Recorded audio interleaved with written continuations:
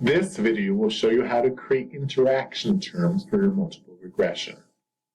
This is a real data set. I'm interested in how gender and base year grades will affect follow-up grades. In the previous video, I centered my base year grades and made this new variable, and I have a dummy variable for student male.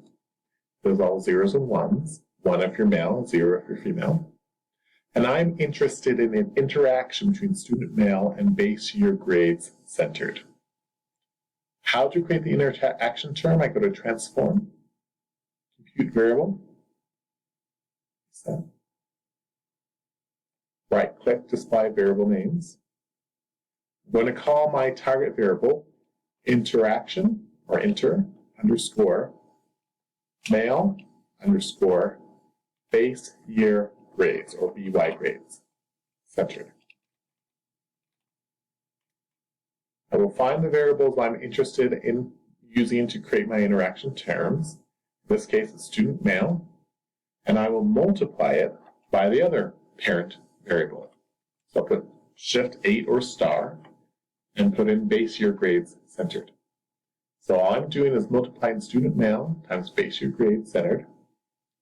I make sure and go to type and label and click on use expression as label, click continue, and click on paste. I have to go find my syntax file. Now here's my syntax. In the previous video, I created syntax to center my base year grades. This time, I've created syntax to create my interaction variable. So I will highlight the variable, the code that I'm interested in running, hit the green,